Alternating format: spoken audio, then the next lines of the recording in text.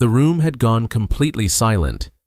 14 people sat around a mahogany table on the 14th floor of East Side General Hospital, and every single one of them was staring at the same thing.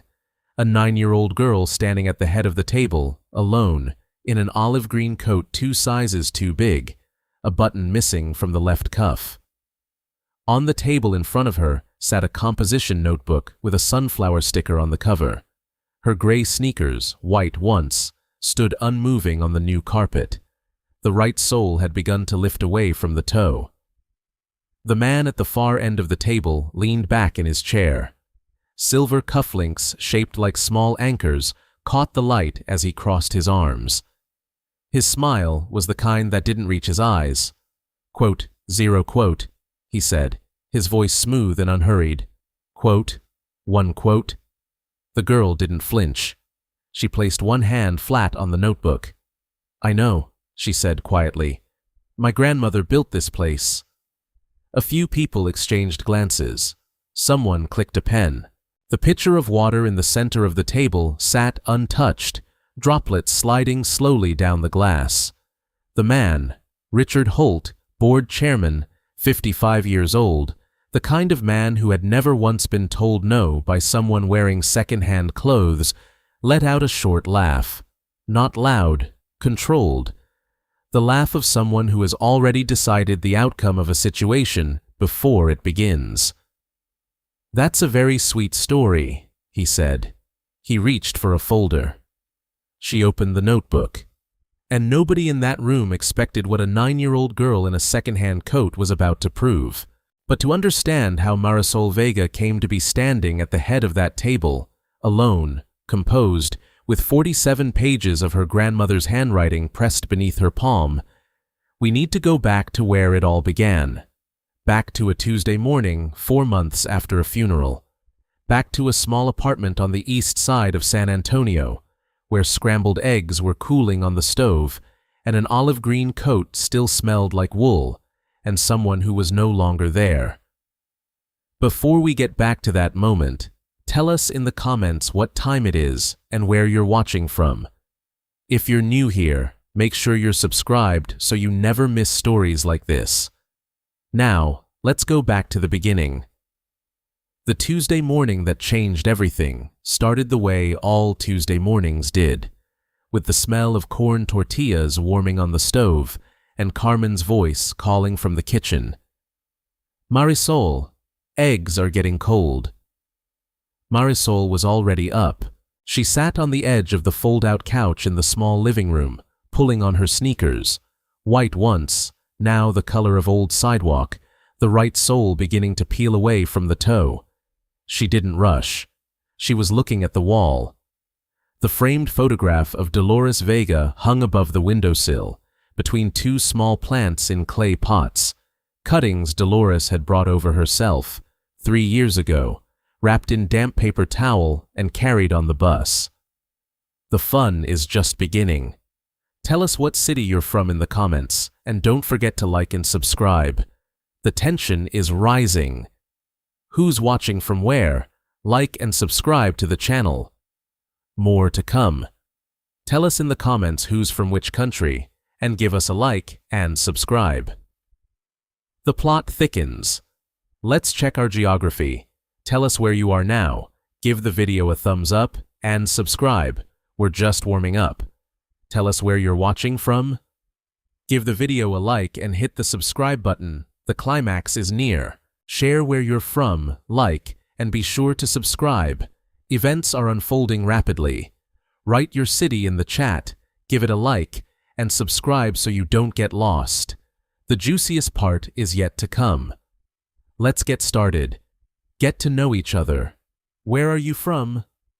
Like and subscribe right now. The suspense is building. Tell us where you're watching this episode from, and reward us with a like and a subscribe. The excitement is running high. Tell us what city you're from now. Give us a big like and subscribe to the channel.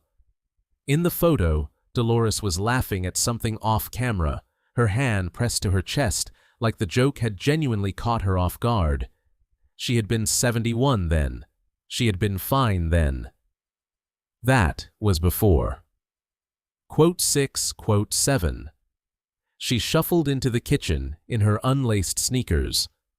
Carmen stood at the stove in her scrubs, hospital badge already clipped to her chest pocket, her hands smelling faintly of the rose-scented lotion she kept by the sink. She worked the morning shift at Eastside General, 5:45 in, most nights not home, until the streetlights had already been on for hours. She slid a plate across the counter. Scrambled eggs with salsa, the way Dolores used to make them. Marisol sat down and looked at the eggs. Quote 8, quote, she said. Carmen was quiet for a moment. She turned back to the stove. Quote 9, quote, she said. Quote 10, quote. They ate without talking much. The radiator ticked in the corner. Outside, a city bus groaned past the window, and Marisol watched it go, tracing a scratch in the laminate tabletop with her thumbnail. Carmen packed her lunch before she left, a turkey sandwich, a small bag of chips, tucked into a paper bag with the top folded down twice. She kissed the top of Marisol's head. Straight home after school, she said. I'll be late. How late? I don't know yet. There's leftover rice in the fridge. The door clicked shut. The apartment went quiet. Marisol sat alone for a moment, the paper bag in her lap. Then she reached for the olive green coat hanging by the door.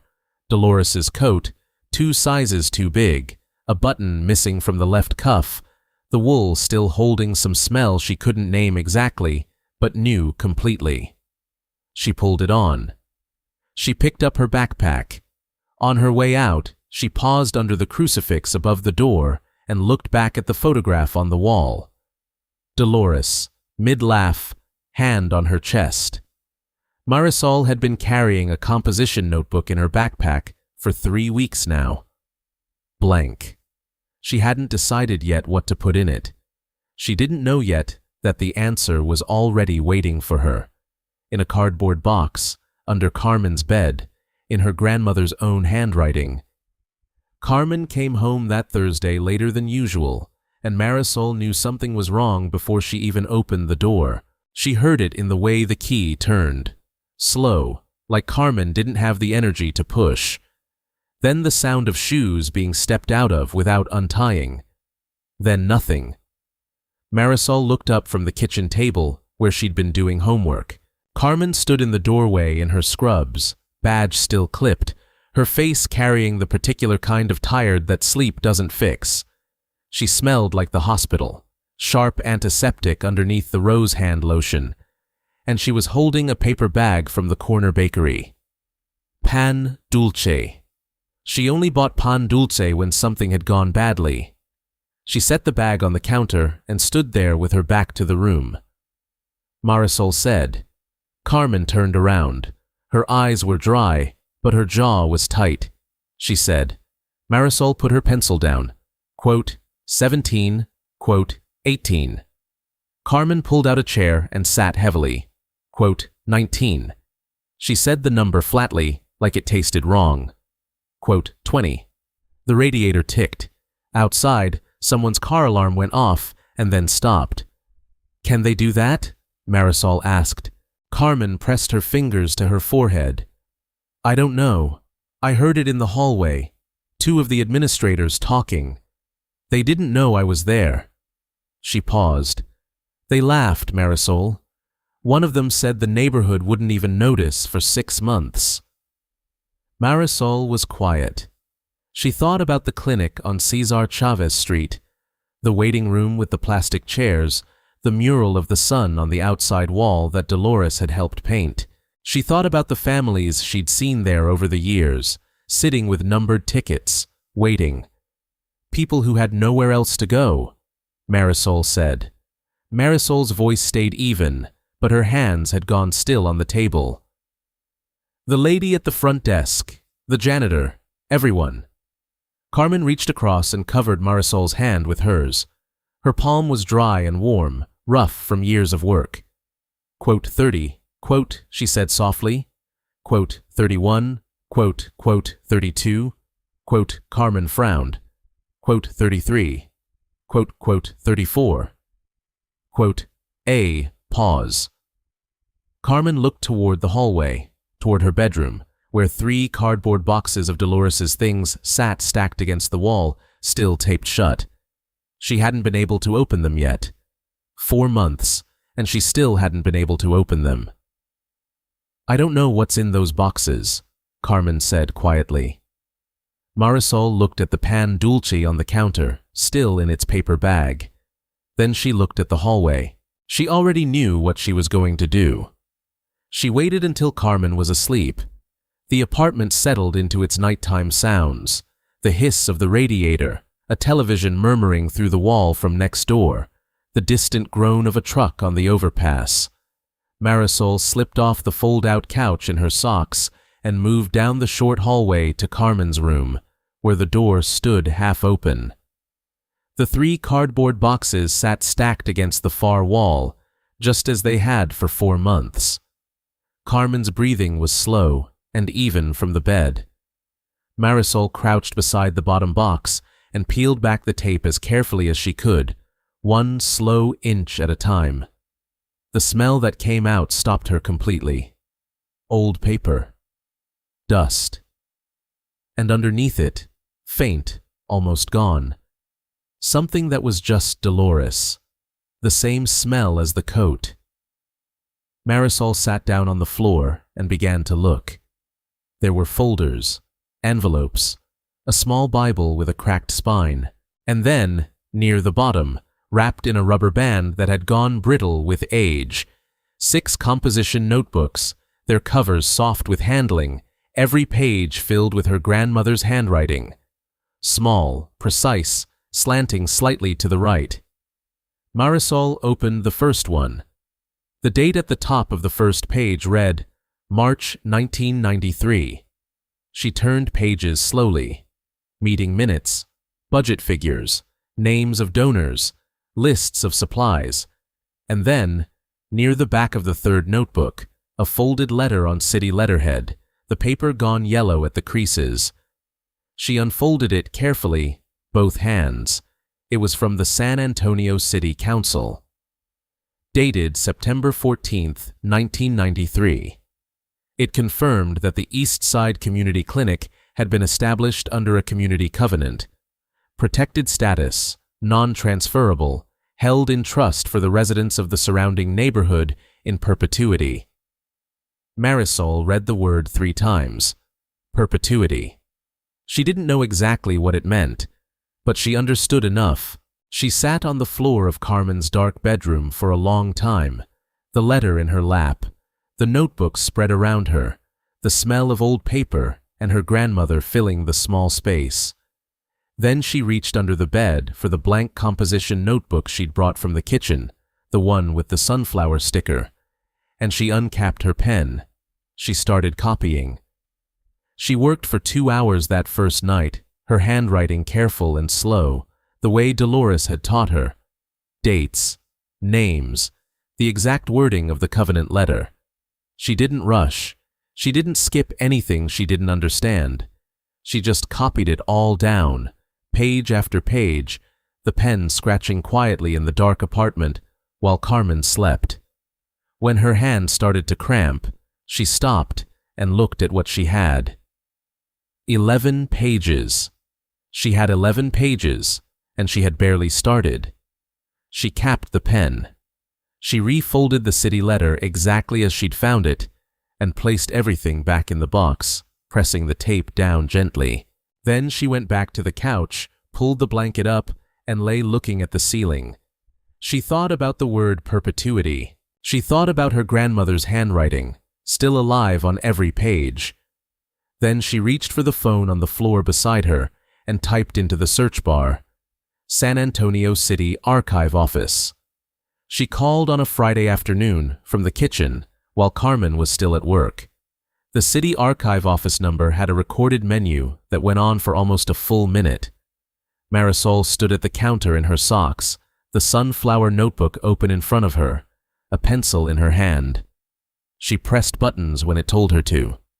She waited. The hold music was tinny and kept cutting out. Then someone picked up. Quote, 36, quote.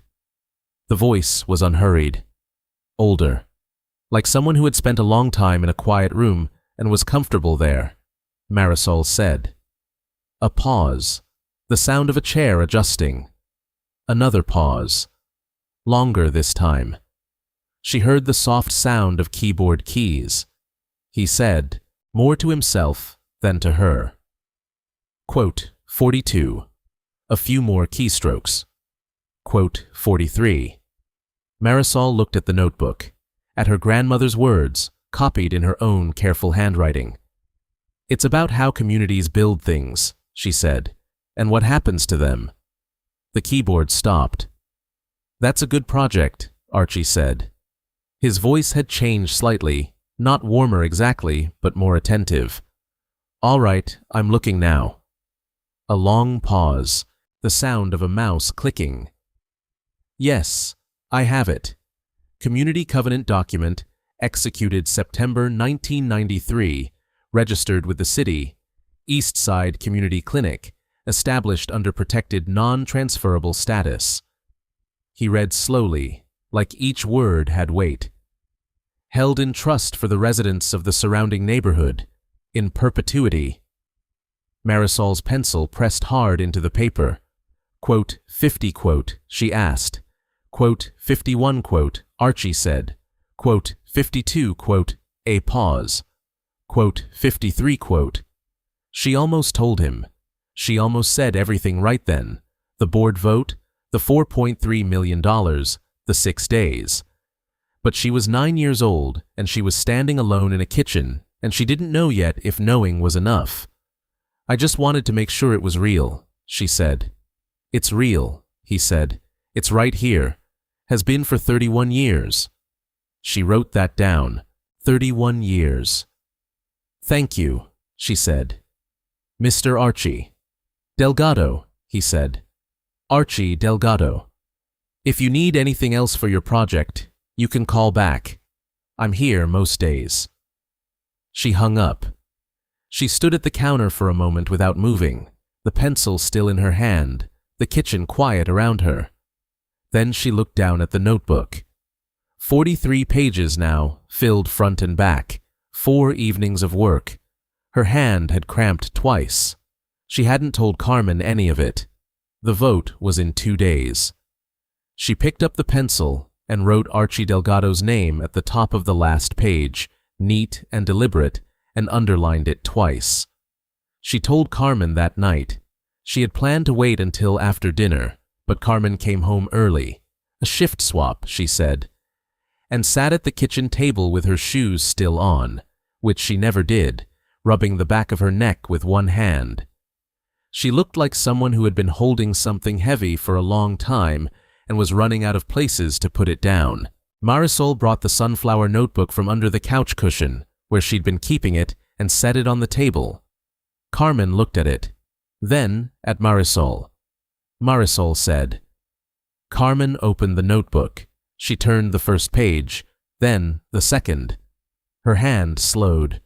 Quote, 64, quote. Her voice was careful.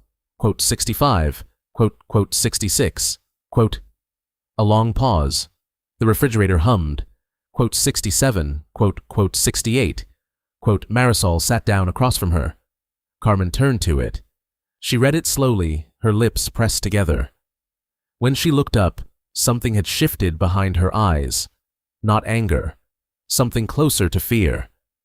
Marisol kept her voice steady. Carmen closed the notebook. She pressed her palm flat on the cover and stared at the sunflower sticker for a long moment. Quote, 73, quote, 74, Marisol said. Quote, 75. Quote, Carmen's jaw tightened. That's different. How? Carmen stood up. She walked to the window and stood with her back to the room, looking out at the street below, where a group of kids were chasing each other under the yellow glow of the streetlight. Her hands gripped the windowsill. If I go in there and make noise, she said quietly, they know my face. I work there, Marisol. I need that job. The rent. I know about the rent, Carmen turned. You're 9. I know. Marisol looked at her steadily. But it was Grandma's place. She built it. She used to say, she said the clinic was for people like us. Her voice stayed even. I didn't want them to forget her. The streetlight outside flickered once. The kids' laughter drifted up through the glass. Carmen looked at her niece, this small, serious girl in an oversized coat, sitting at a kitchen table with 47 pages of her dead grandmother's records, copied out in careful, 9-year-old handwriting, and something in her face broke open quietly. She pulled out the chair and sat back down. "Show me everything," she said. They stayed at the kitchen table until nearly midnight. Carmen read every page of the Sunflower Notebook twice, her hospital badge still clipped to her scrubs, a cold cup of tea forgotten at her elbow. She asked questions. Marisol answered them.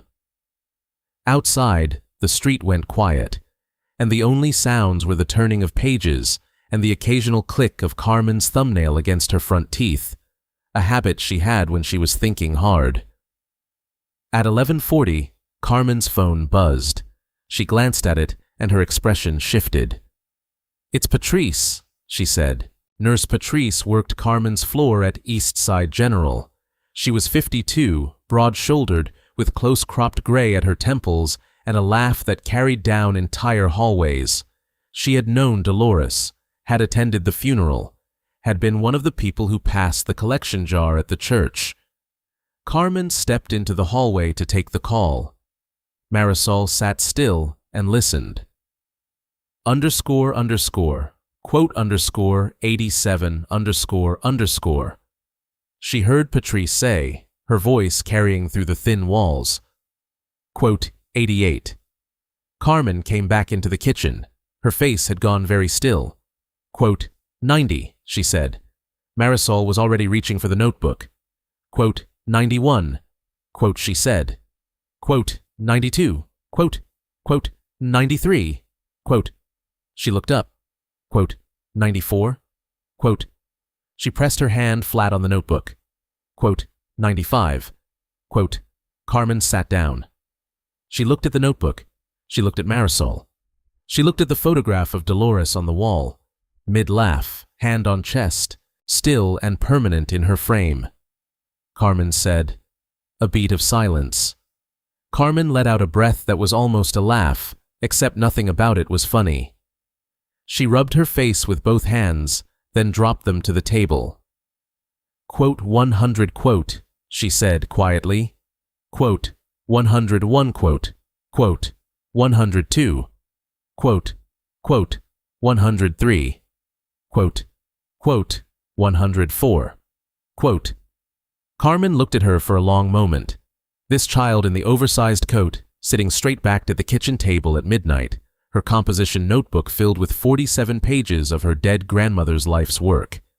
9 years old, certain in the way that only grief and love together can make a person certain, Carmen said, finally. She stood up and started turning off the kitchen lights. Quote 107. Marisol wrote one last line at the bottom of the final page. Then she closed the notebook and held it against her chest for a moment in the dark kitchen, the wool smell of Dolores's coat around her shoulders. She wasn't sure if she was brave.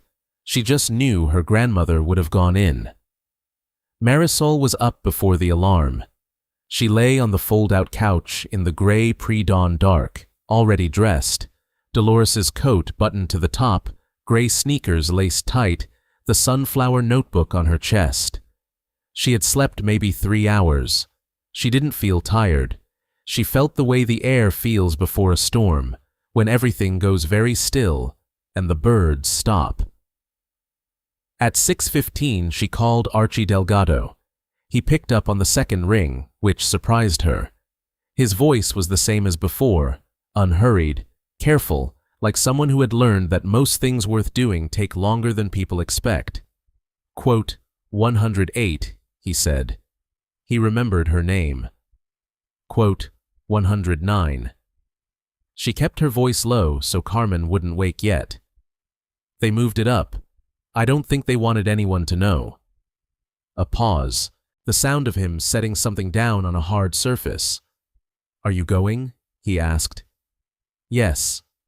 Another pause, longer. I have the original covenant document here, he said slowly. In the archive. Physical copy, city seal, signatures. He paused again. It would be more difficult to dismiss than a 9-year-old's notebook. No offense. None taken, Marisol said. Will you come? The silence stretched long enough that her grip tightened on the phone. I've worked in that records office for 31 years, Archie said finally. I've watched a lot of documents get filed and forgotten. This one shouldn't be. A breath. I'll be there. Carmen appeared in the hallway at 6:40, already in her coat, her badge in her pocket out of habit. She stopped when she saw Marisol fully dressed and sitting upright on the couch. You didn't sleep, Carmen said. I slept. Carmen looked at her the way adults look at children when they know they're being lied to, but decide to let it go. She went to the kitchen and came back with 2 pieces of toast wrapped in a paper towel. Quote, _1, 2, 3, she said. They took the first bus at 7:10, then transferred downtown. The morning air smelled like cold concrete and exhaust. Marisol held the notebook in both hands on her lap, the sunflower sticker facing up. Carmen sat beside her, their shoulders touching, watching the city move past the window. Neither of them spoke much. At one point, Carmen reached over and straightened Marisol's collar without saying anything. The hospital lobby smelled exactly as it always did. Sharp antiseptic, floor wax, the faint ghost of coffee from the cart near the entrance. A security guard stood at the front desk. He looked at them. His eyes moved from Carmen's face to Marisol's coat to the notebook. Visiting hours don't start until... I work here. Carmen showed her badge. We're going upstairs. He hesitated, and then Nurse Patrice came around the corner in her scrubs, broad-shouldered and unhurried, and looked at the guard with the particular expression of someone who has been doing this job for 26 years and has no patience left for unnecessary delays. They're with me, she said. She swiped her badge at the elevator. The doors opened. Marisol stepped inside. She did not look back. The boardroom door opened, and Marisol walked in alone. 14 people sat around the mahogany table, floor-to-ceiling windows behind them, the city spread out 14 floors below, bright and indifferent. The room smelled of new carpet and coffee going cold. A pitcher of water sat untouched in the center of the table. Every head turned. Richard Holt sat at the far end, silver anchor cufflinks catching the morning light. He took her in, the oversized olive coat, the gray sneakers, the composition notebook with the sunflower sticker, and his expression arranged itself into something polished and patient, the look of a man who has never once felt threatened by anything small. Young lady, he said, this is a closed meeting. Marisol walked to the head of the table. She set the notebook down. I know, she said. My grandmother built this place. Someone shifted in their chair. A pen clicked twice and stopped. Sandra Okafor, sitting midway down the table in a gray blazer, looked up from her papers and went very still. Holt leaned back. He smiled. The laugh that came out was short and controlled. The laugh of a man closing a door. That's a very sweet story, he said, reaching for a folder. Marisol opened the notebook. My grandmother's name was Dolores Vega, she said, her voice steady and clear in the carpeted quiet. She spent 22 years on the founding board of this clinic. She kept records of every meeting, every donor, every decision.